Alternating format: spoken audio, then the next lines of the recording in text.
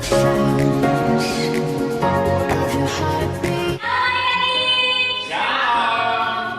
kabarnya sih hari ini? Puji Tuhan luar biasa. Kalau Kak Ina apa kabarnya? Yes, puji Tuhan luar biasa, Kak Robi. Kalau Kak Ina? Kalau Kak Ina kabarnya di pagi hari ini luar biasa Kak Robi. Wah, memang semuanya harus luar biasa ya, karena kita mau memuji dan menyembah Tuhan. Hari ini, Minggu 26 Juli 2020, kita akan memulai ibadah sekolah minggu kita hari ini. Kita mau naikkan Ku Mau Cinta Yesus.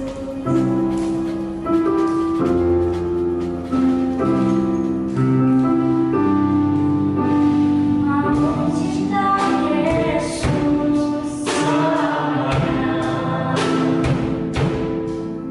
Ku mau cinta Yesus selamanya. Meskipun badai silih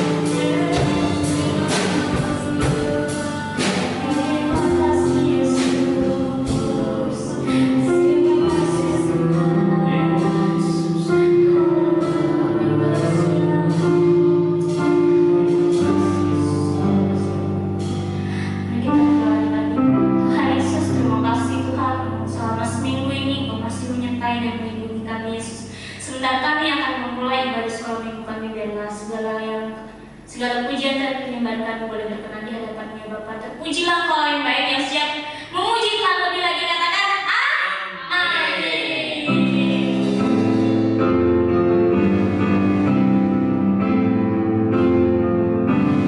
Kasih Yesus sudah kita minta, kasih Yesus sudah kita minta,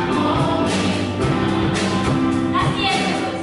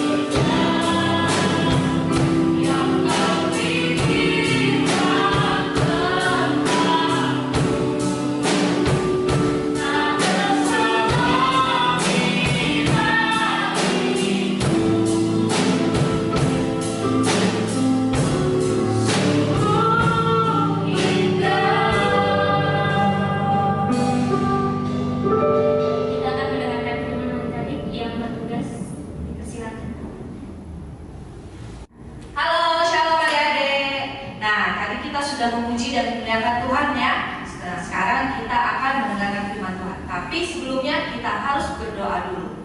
Semuanya siap? Kita ambil posisi yang baik, lipat tangannya, tutup matanya, kita berdoa.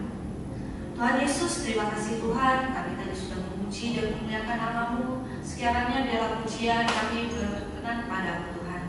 Tuhan, sebentar lagi kami akan mendengarkan firman-Mu. Kau buka hati kami, Kau buka pikiran kami. Kau tolong juga kami Tuhan, agar kami bisa duduk dengan tenang dan mendengarkan firman-Mu dengan baik. Terima kasih Tuhan, berkati kakak yang akan memberitakan firman-Mu. Biarlah firman-Mu disampaikan dengan baik kepada anak-anak Tuhan. Terima kasih Tuhan, dalam nama Tuhan Yesus Kristus kami berdoa. Haleluya, amin. Nah, kita akan mendengarkan firman Tuhan. Adik-adik, lihat rekaman videonya ya. Oke? Pada zaman para hakim memerintah, ada kelaparan di tanah Israel. Di Bethlehem sudah lama tidak turun hujan. Gandum yang ditanam menjadi kering, tidak bisa dipanen, sehingga terjadilah kelaparan. Maka Elimelek beserta istrinya Naomi dan dua anaknya Mahlon dan Kilion akhirnya memutuskan untuk pindah dari Bethlehem. Elimelek berkata kepada istrinya, "Mari kita tinggalkan Bethlehem, pindah ke Moab, karena di sana masih tersedia makanan. Kita akan tinggal di Moab hanya beberapa tahun, sampai Tuhan mengirim hujan lagi di negeri kita." Maka Elimelek beserta istrinya dan dua anaknya, mereka berkemas-kemas dan melakukan perjalanan menuju ke Moab. Setelah beberapa waktu lamanya mereka tinggal di Moab, pada suatu hari Elimelek meninggal. Tinggallah Rut beserta kedua anaknya Kilion dan Mahlon di negeri Moab. Mereka merasa sangat sedih sekali karena Elimelek telah meninggal. Ketika Kilion dan Mahlon sudah dewasa, mereka menikah dengan perempuan Moab yang bernama Orpa dan Rut. Namun, 10 tahun kemudian, Kilion dan Mahlon juga meninggal. Mereka sekarang hanya tinggal bertiga saja. Rut dan Orpa memilih tinggal bersama Naomi. Mereka tidak mau pulang ke rumah orang tua mereka. Beberapa waktu kemudian, Naomi mendengar bahwa Tuhan telah menurunkan hujan di Bethlehem, dan di Bethlehem sudah tidak terjadi kelaparan lagi. Maka, Naomi pun memutuskan untuk pulang ke tempat asalnya, yaitu Bethlehem. Naomi pun memutuskan untuk pulang ke Bethlehem. Rut dan Orpa mengikutinya. Ketika mereka sedang di jalan untuk pulang ke Bethlehem, berkatalah Naomi kepada kedua menantunya itu, "Pergilah, pulanglah masing-masing ke rumah ibu kalian. Tuhan kiranya menunjukkan kasih-Nya kepada kalian seperti yang kalian tunjukkan kepada anak-anakku itu." Lalu diciumnyalah mereka, tetapi mereka menangis dengan suara keras dan berkata kepada Naomi, "Tidak, kami ikut dengan engkau pulang kepada bangsamu." Tetapi Naomi berkata, "Pulanglah anak-anakku, mengapakah kamu turut dengan aku? Bukankah tidak akan ada lagi anak laki-laki yang kulahirkan untuk dijadikan suamimu nanti?" Mereka pun menangis dengan suara keras. Lalu Orpa mencium mertuanya itu dan meminta diri untuk pulang kepada ibunya. Tetapi Rut tetap berpaut kepadanya. Berkatalah Naomi, "Telah pulang iparmu kepada bangsanya dan kepada para allahnya. Pulanglah, mengikuti iparmu itu." Tetapi kata Rut, "Janganlah desak aku meninggalkan engkau dan pulang dengan tidak mengikuti engkau. Sebab kemana engkau pergi, ke situ jugalah aku pergi. Dan di mana engkau bermalam, di situ jugalah aku bermalam. Bangsamulah bangsaku, dan Allahmulah Allahku. Di mana engkau mati, aku pun mati di sana. Dan di sanalah aku dikuburkan. Beginilah kiranya Tuhan menghukum aku. Bahkan lebih lagi daripada itu, jikalau sesuatu apapun memisahkan aku dari engkau, selain daripada maut." Ketika Naomi melihat bahwa Rut berkeras untuk ikut bersama-sama dengan dia, berhentilah ia berkata-kata kepadanya, dan berjalanlah keduanya sampai mereka tiba di Bethlehem. Ketika mereka masuk ke Bethlehem, gemparlah seluruh kota itu karena mereka, dan perempuan-perempuan berkata, "Naomi kah itu?" Tetapi ia berkata kepada mereka, "Janganlah sebutkan aku Naomi, sebutkanlah aku Mara, sebab Yang Maha Kuasa telah melakukan banyak yang pahit kepadaku." Pada saat mereka sampai di Bethlehem, Di Bethlehem sedang musim panen. Orang yang mempunyai ladang menyewa pekerja untuk memotong gandum. Gandum yang tercecer boleh diambil oleh orang yang membutuhkan, sesuai dengan firman Tuhan di Imamat pasal 23 ayat 22. Demikian pun Naomi dan Rut tidak punya ladang, sehingga tidak ada sesuatu yang bisa mereka makan. Maka Rut meminta izin kepada ibunya untuk pergi bekerja. Rut berkata kepada Naomi, "Biarkanlah aku pergi ke ladang memungut bulir-bulir jelai di belakang orang yang murah hati kepadaku." Dan Naomi berkata kepada Rut, "Pergilah anakku." Rut belum mengenal orang-orang di Bethlehem. Ia tidak tahu kemana ia harus pergi dan di ladang siapa ia boleh memungut gandum. Namun, Tuhan memimpin Rut sehingga ia pergi ke ladang milik Boas yang masih sanak saudara dengan Naomi. Yang Rut lakukan di ladang Boas adalah berjalan di belakang para penyabit memungut gandum-gandum yang tercecer. Lalu datanglah Boas dari Bethlehem. Ia berkata kepada penyabit-penyabit itu, "Tuhan kiranya menyertai kamu." Jawab mereka kepadanya, "Tuhan kiranya memberkati Tuan."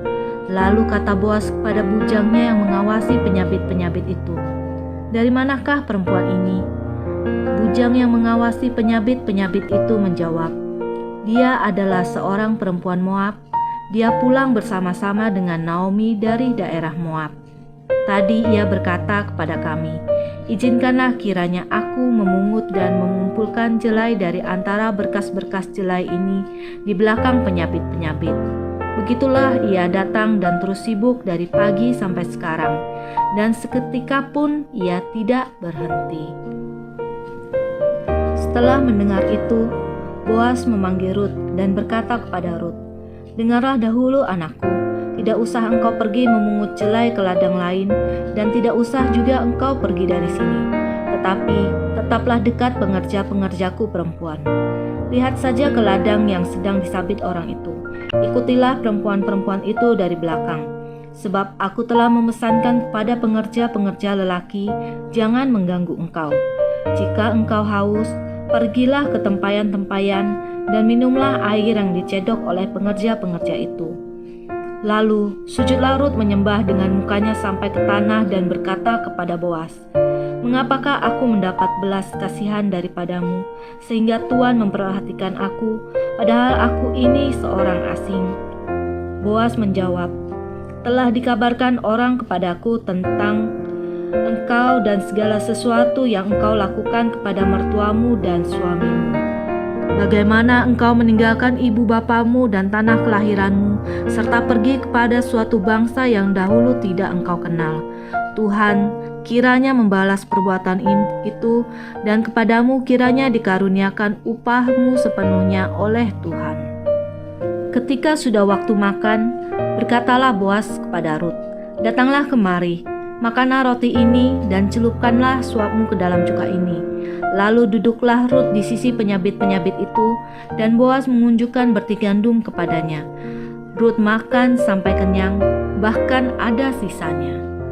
Setelah Rut kenyang, ia bangun untuk memungut kembali jelai-jelai yang tercecer.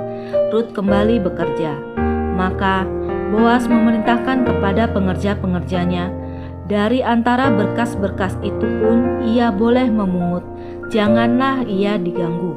Bahkan haruslah kamu dengan sengaja menarik sedikit-sedikit dari onggokan jelai itu untuk dia makan dan meninggalkannya, supaya dipungutnya. Janganlah berlaku kasar terhadap dia." Maka Rut memungut di ladang sampai petang. Setelah selesai memungut, Rut tidak langsung pulang, tetapi ia mengirik dahulu jelai-jelai yang telah dipungutnya itu, dan kira-kira semuanya ada seeva jelai banyaknya. Ketika Rut sudah selesai mengirik jelai-jelai tersebut, hari sudah malam. Rut pun pulang menemui Naomi sambil membawa keranjang yang penuh dengan jelai. Dan Rut berkata kepada Naomi bahwa ia bekerja di ladangnya Boas. Demikianlah cerita tentang Rut yang dengan setia tetap mengikuti Naomi, dan ia rajin dan bekerja keras. Nah, adik-adik sudah dengarkan firman-Nya semuanya ya?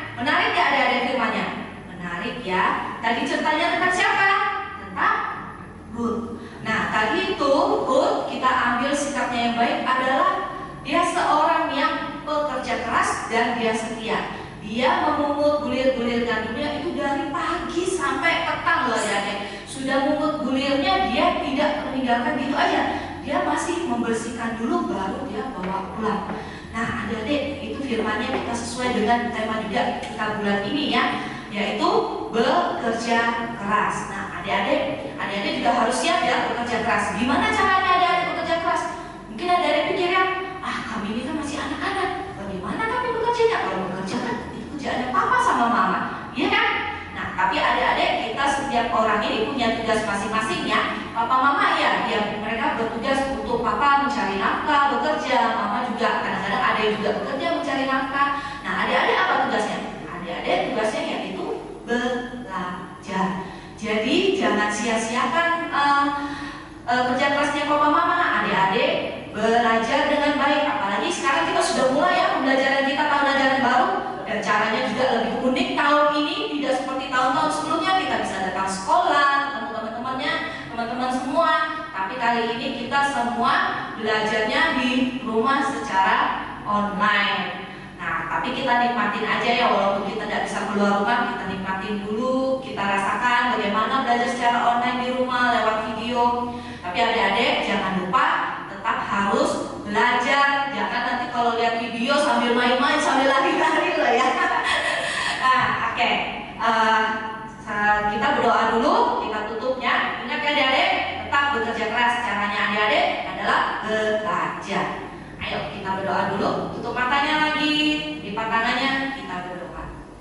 Terima kasih ya Tuhan Yesus, kami sudah mendengarkan firman-Mu. Kami juga mengerti akan firman-Mu. Engkau tolong Tuhan, biarlah firman-Mu menjadi rema dalam kehidupan kami, dan kami dapat melakukannya dalam kehidupan kami. Kami berjanji Tuhan, kami mau bekerja keras, kami mau belajar dengan baik, kami mau menjadi anak-anak yang cerdas dan penuh hikmat, yaitu anak-anak-Mu ya Tuhan. Terima kasih Tuhan, dalam nama Tuhan Yesus Kristus kami berdoa. Haleluya. Amin. Adik-adik yang di rumah sudah pada dengarkan firman kan? Karena ini ternyata ini lagu penutup dong. Karena baru nyanyi sedikit. Kita akan ketemu next minggu depan. Untuk lagu penutup kita akan nyanyikan Sebab Kau Besar.